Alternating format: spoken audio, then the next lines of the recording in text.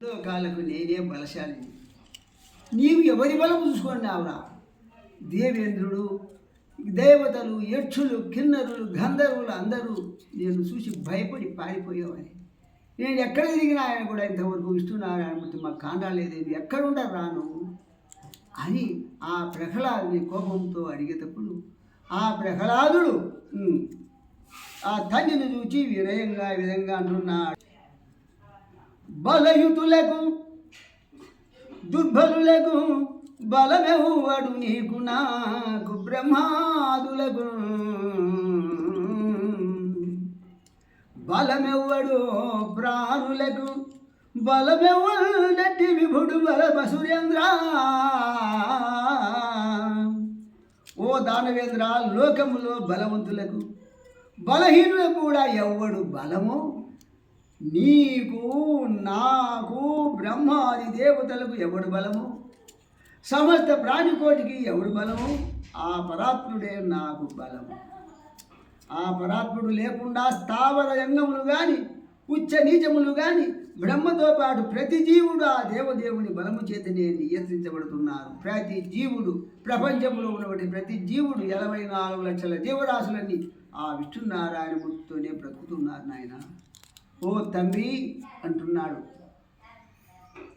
దిక్కుల కాలముతోనే దిక్కున లేకుండు కలుగు దిక్కులు మొదలై దిక్కుగలలేని వారికి దిక్కెవడు వాడు నాకు దిక్కు మహాత్మా. మహాత్మా దిక్కులకు కాలానికి అతీతుడైన వాడెవడు? ఈ దిక్కులకు దిక్కైన వాడు ఎవడు? ఆధారం ఉన్నవాడికి ఆధారము లేని వాళ్ళకు ఆధారంగా ఉండేవాడు ఎవడు? ఆ అచ్యుతుడే నాకు ఆధారం. పరమనియామకుడు కాలస్వరూపుడైన దేవదేవుడే ఇంద్రియ శక్తి, దేహశక్తి, ప్రాణశక్తి అయి ఉన్నాడు. అతడి ప్రభావమే అపరితమైనది. సర్వశ్రేష్ఠుడు, త్రిగుణములను నియమించువాడు అయిన అతడు తన శక్తి ద్వారా దిక్కు ఉన్నవారికి లేని వారి కూడా దిక్కుగా ఉన్నాడు. అయ్యా, ఎటువంటి వాడంటే కాలరూపంబుల క్రమ విశేషంబుల అలఘు గుణాశయుడైన విభుడు సత్వబలేంద్రియ సకజ ప్రభావత్ముడై వినోదంబున అఖిల జగము కల్పించు రక్షించు ఖండించు అవ్యయుండని రూపములందు నతడుగలడు చిత్తంబు సమముగా చేయు మార్గంబు తప్పి ఒట్టిల్చు చిత్తంబు కంటే వైరులెవ్వరు చిత్తంబు వైరిగాక.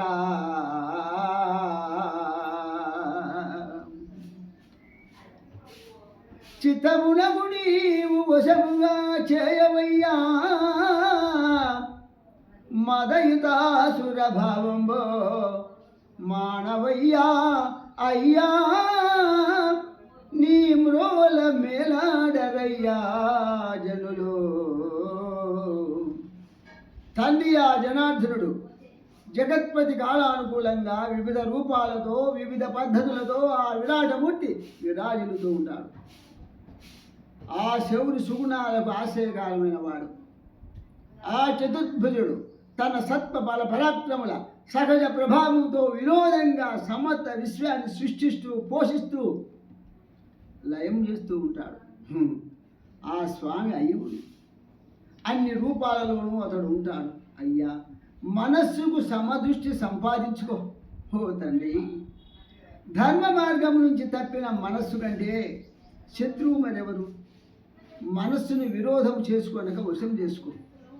అంతేకాని నీ చిత్తానికి నువ్వు చిత్తం చిత్తం అని దాస్యం చేయకూడదు. తండ్రి, నీ అసుర స్వభావాన్ని విడిచిపెట్టు. హృదయమునందు శత్రుమిత్ర భేదభావం చూపక ఎల్లరి ఎడ మనస్సును సమంగా ఉంచుకును.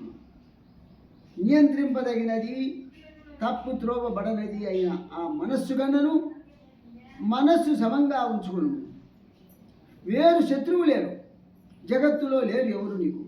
మదోన్మత్తమైన రాక్షస భావాన్ని విడిచిపెట్టు. ఇక నీకు భయపడి ఎవరు నీ ఎదుట హితం పలకడం లేదు అందరూ. ఎందుకంటే నీకు భయపడి నీ మనస్సుకు ప్రియమైనదే చెబుతున్నారు, కానీ హితమైనది చెప్పడం లేదు.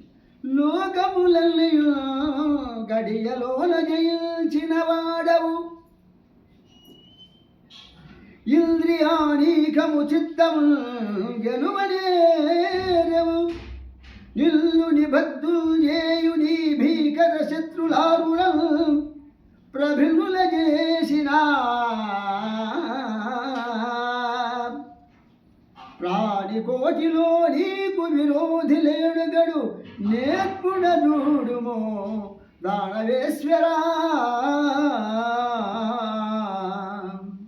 దానవేశ్వర, లోకాలన్నిటినీ క్షణములో జయించావు.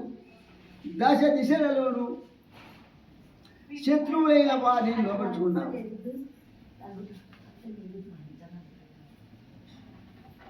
కానీ నీలోని దేహమనే ధనమును కొల్లగొట్టి 6 శత్రులను కామము, క్రోధము, లోభము, మోహము, మదమత్సరాలైన అరిషడ్గాలను, మనస్సును, ఇంద్రియాలను గెలవలేకపోయావు తండ్రి. అందరినీ గెలిచావు, లోకమంతా గెలిచావు, ఈ గెలవలేకపోయావు. బందీ చేశారు నిన్ను.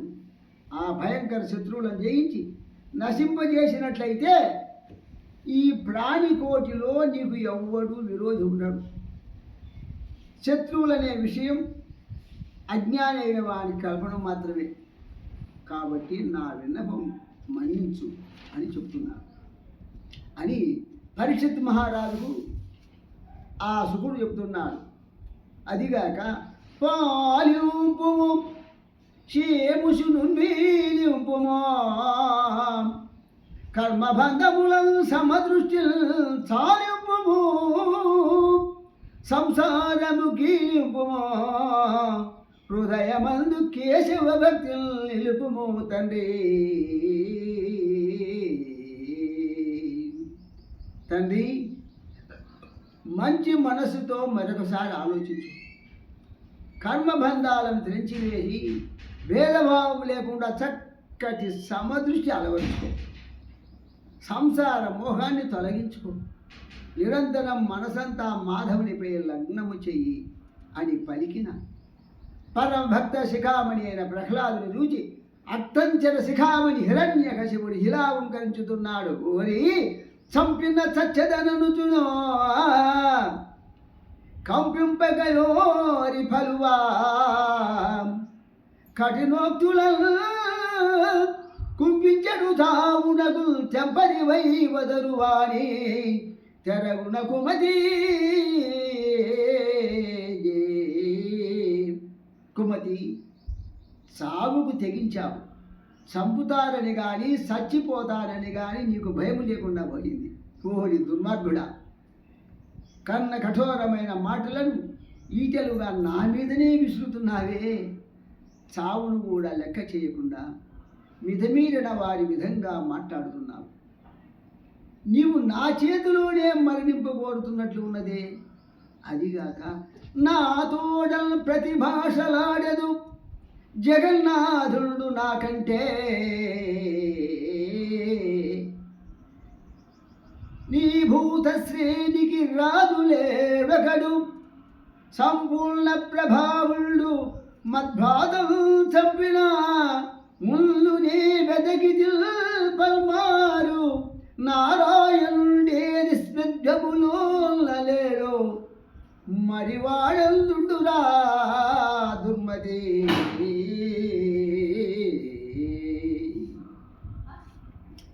దుర్మతి, నాతోనే ఎదురు తిరిగి అధిక ప్రేలాపలతో వాదనకు పూనుకున్నావు.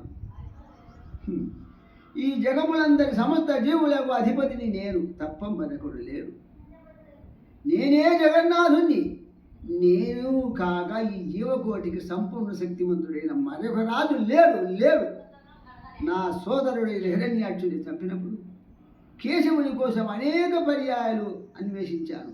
విశ్వమంతా గాలించాను. కానీ ఆ విష్ణువు ఈ విశ్వము మొత్తంలో ఎక్కడా లేడే. మరి ఆ పిడికివాడు ఇంకెక్కడ ఉంటాడు రా బుద్ధిహీనుడా అంటున్న సమయంలో ఎక్కడ గలడు ఏ క్రియనే చక్కటి వర్తించు ఎట్టి జాడను వచ్చు చక్కడుతు నిన్ను విష్ణుని పెక్కులు ప్రేలదము వాని భృత్యుని పగిలిన విష్ణువు ఎక్కడుంటాడు, ఏ విధంగా ఉంటాడు, ఏ రీతిగా తిరుగుతుంటాడు, ఏ పద్ధతిలో ఉంటాడు, అధిక ప్రేలాపన చేస్తే చెప్పు, లేకపోతే నిన్ను నీ హరిని కూడా సమరిస్తాను. నువ్వు వాడి సేవకుడిలాగా తెగబడుతున్నావే, ముందు సమాధానం చెప్పరాలి. ఆ కొడుకును గద్దించాడు అని పరీక్షిత్ మహారాజుకు శుకుడు చెప్తున్నాడు అని తండ్రి గద్దించగా హరిభక్తుడైన ప్రహ్లాదుడు సందేహించకుండా అమితమైన ఆనందముతో నిలువెల్లా పులకించిపోయాడు. అవంత కూడా ఆగ్రహం అనేది లేకుండా మనశ్శాంతిలో హృదయంలోనే ఋషికేశుని తలుచుకొని నమస్కరించాడు. ఆ బాలుడు ప్రవర్తించినట్లుగా తరువాత అత్యంత విశ్వాసముతో ఎట్లా ఉన్నాడయ్యా ఓ పరీక్షిత్ మహారాజు అంటే నృత్యము చేస్తూ ఎగురుతూ పాటలు పాడుతూ ఇలా పలుకుతున్నాడయ్యా. ఎవరి పలుకుతున్నాడంటే